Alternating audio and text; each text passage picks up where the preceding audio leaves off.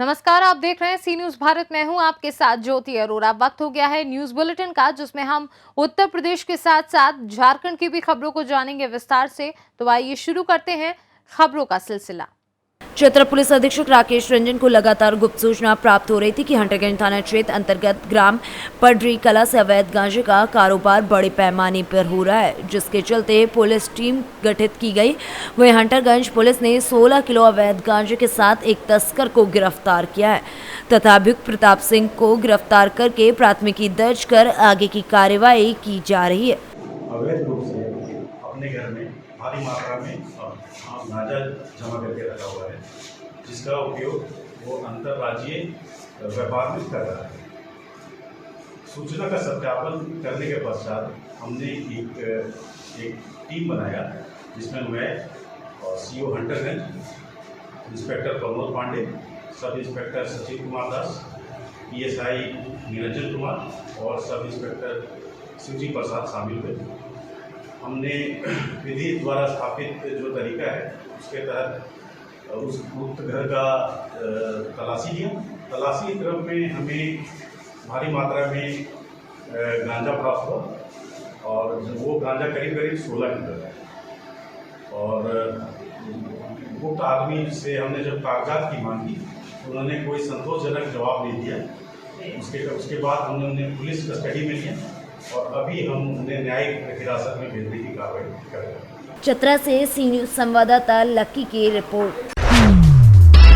Jail बन गई कब्रिस्तान, जी ये कोई जुमला नहीं है, एक सत्य है जो उत्तर प्रदेश के हाथरस में देखने को मिल जाएगा।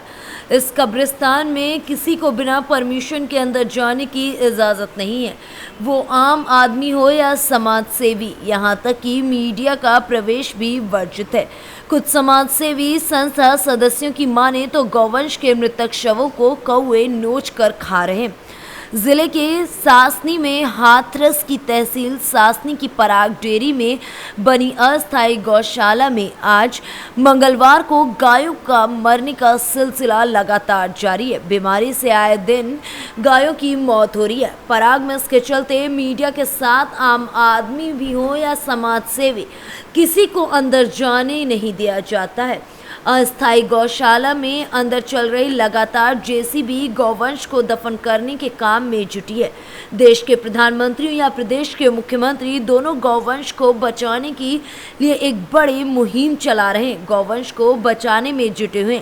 प्रदेश के मुख्यमंत्री योगी आदित्यनाथ द्वारा गाय पालन के लिए पैसा भी दिया जा रहा है, पर हाथरस की सासनी पराग में बनी इस अस्थायी गौशाला की जिम्मेदारी लेने वाले अधिकारियों ने सरकार की मंशा को पलटा लगाने का काम शुरू कर दिया है।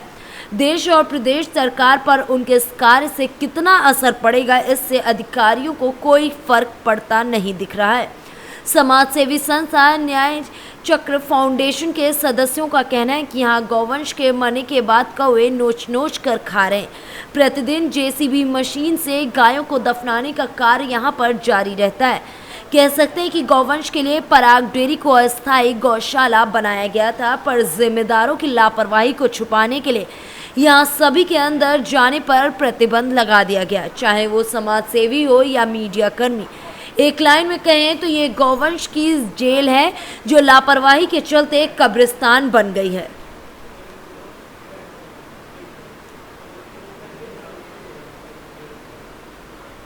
हाथरस से सी न्यूज संवाददाता आनंद सिसोदिया की रिपोर्ट।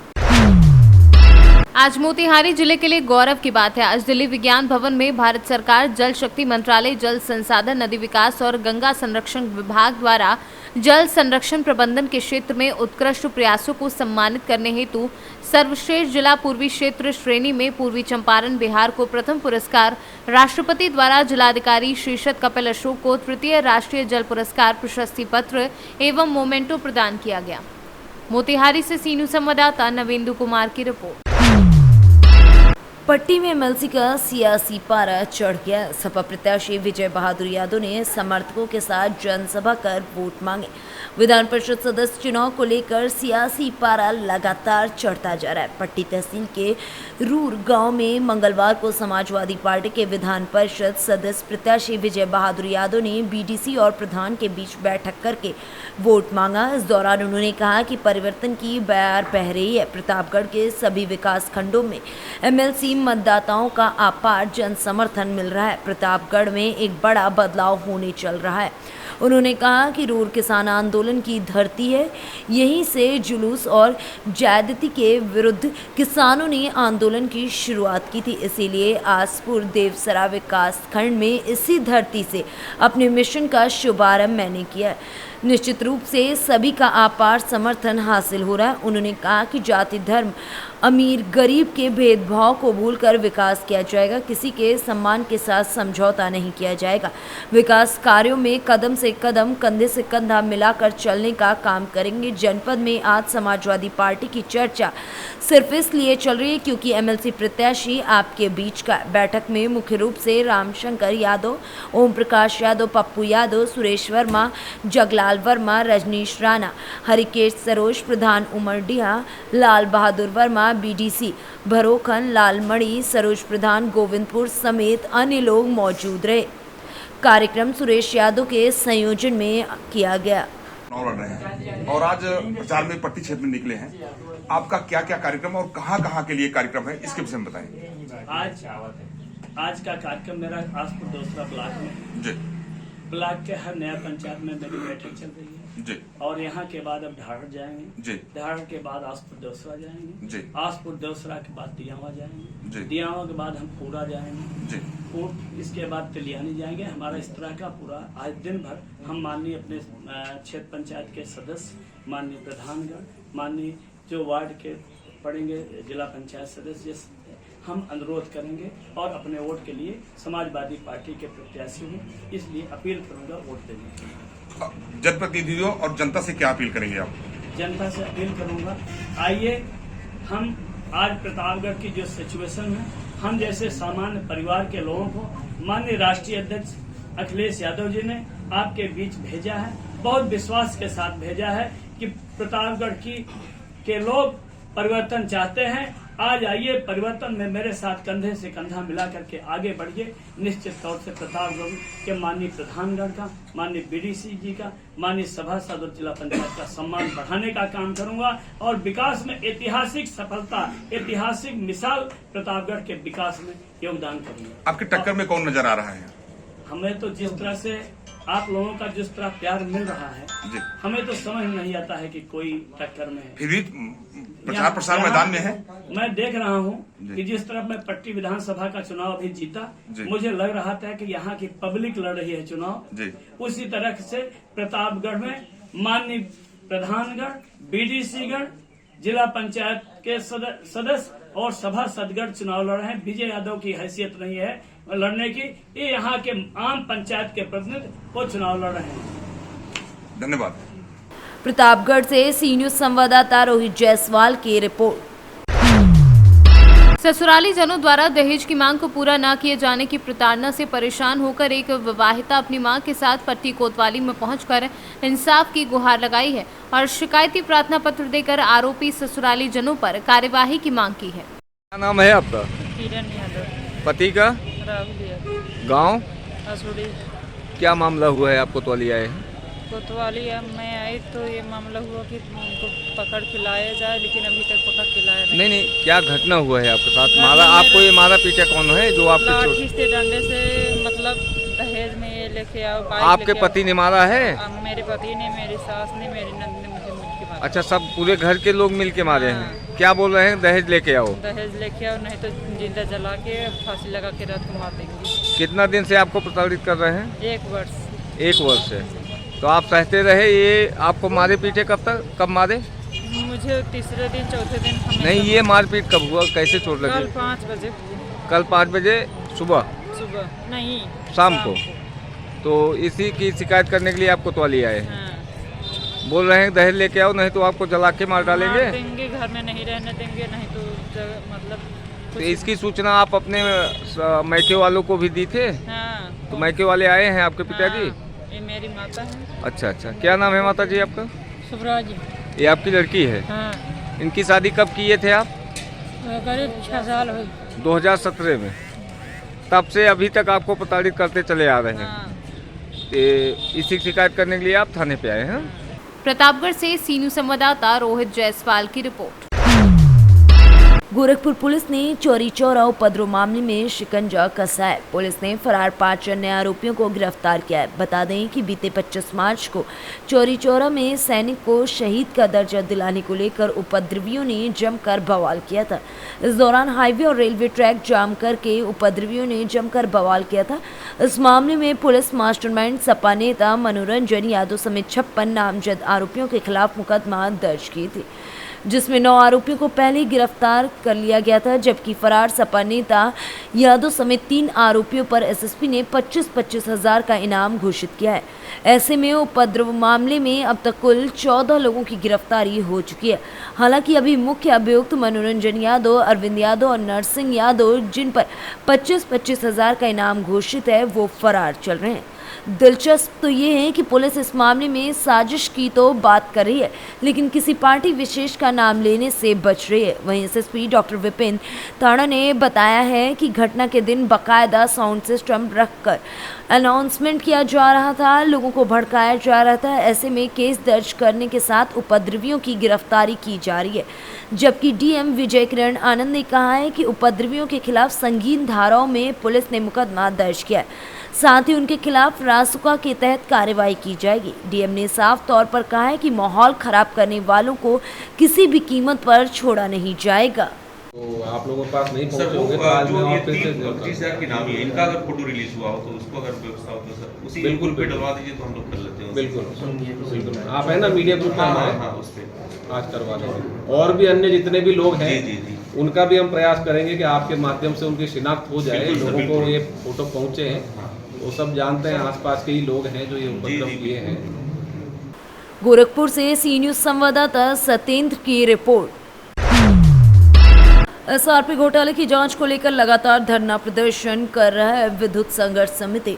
विभाग में उच्च स्तर पर व्याप्त भ्रष्टाचार को लेकर कर्मचारी लगातार विरोध प्रदर्शन कर रहे हैं। विद्युत विभाग में हुए अरबों के एसआरपी घोटाले को लेकर लगातार विद्युत कर्मचारी संयुक्त संघर्ष समिति के बैनर तले अभियंता व जूनियर इंजीनियर धरना प्रदर्शन कर घोटाले की सीबीआई जांच की मांग कर रहे हैं। आज भी जेई अभय सिंह के नेतृत्व में दर्जनों कर्मचारियों ने चीफ कार्यालय पर प्रदर्शन किया।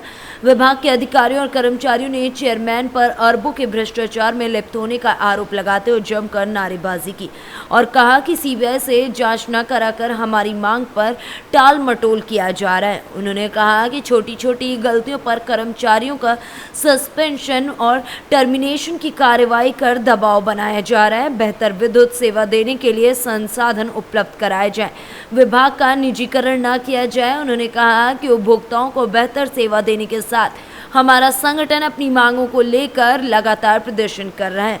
आने वाली 4, 5 व 6 अप्रैल को सभी छुट्टी पर जाएंगे। लगातार क्या मुद्दे हैं आप लोगों के, क्या मांग? हम लोग केंद्र के निर्देश पर धरना प्रदर्शन कर रहे हैं।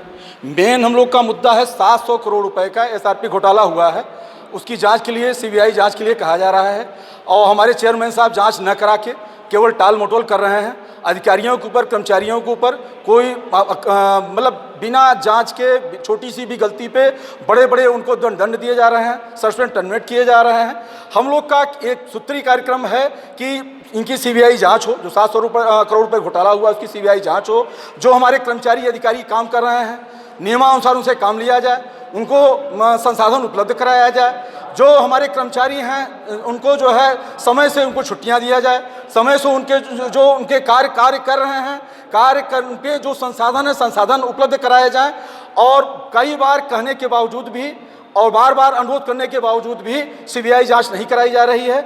और मैं आपके मीडिया के माध्यम से ये बात उनके कानों तक पहुंचाना चाहता हूं कि जो 700 करोड़ रुपए का घोटाला हुआ है उसकी सीबीआई जांच कराई जाए। हम लोग आंदोलन हमारे केंद्र के निर्देश पे जो संगठन समिति बनी हुई है उसमें हमारे जूनियर संगठन के लोग हैं, अभियंता संघ के लोग हैं। आज से हमारे जितने संगठन के कर्मचारी हैं सब जुड़ गए हैं। तो हम लोग 3 से 5 तक कार्यक्रम कर रहे हैं।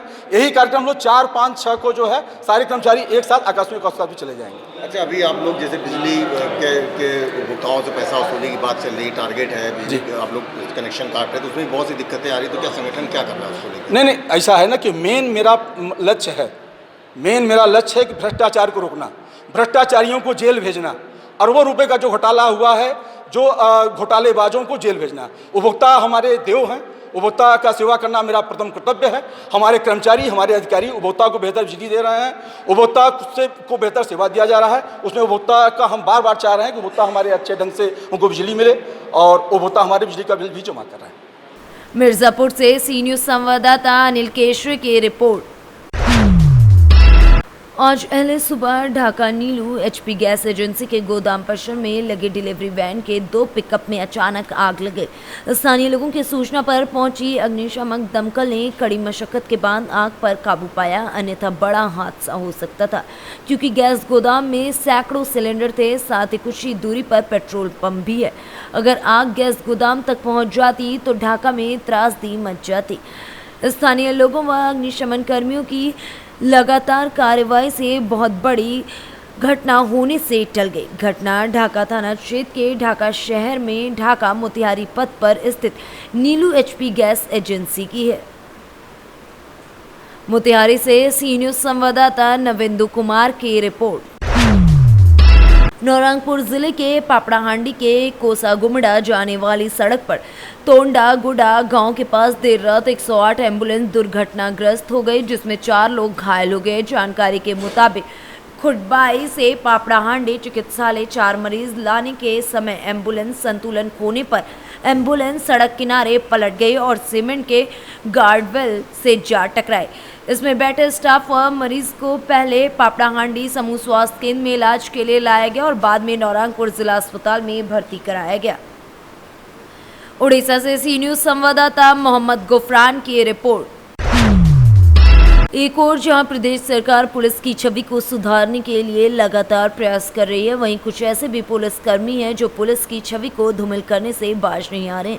ऐसा ही एक ताज़ा मामला जनपद संभल से सामने आया, जहां वर्दी के नशे में चूर संभल पुलिस के एक दबंग दरोगा ने गुंडाई दिखाते हुए एक मंदबुद्धि व्यक्ति से अमानवीय व्यवहार किया। इतना ही नहीं, दरोगा ने बीच समारोह में जानवरों की तरह घसीटकर उसे दूर तक खींचा, जिसका वीडियो सोशल मीडिया पर काफ़ी तेज़ी से वायरल हो रहा है, जिसमें साफ तौर पर दरोगा एक विक्षिप्त को जानवरों की तरह घसीट रहे हैं।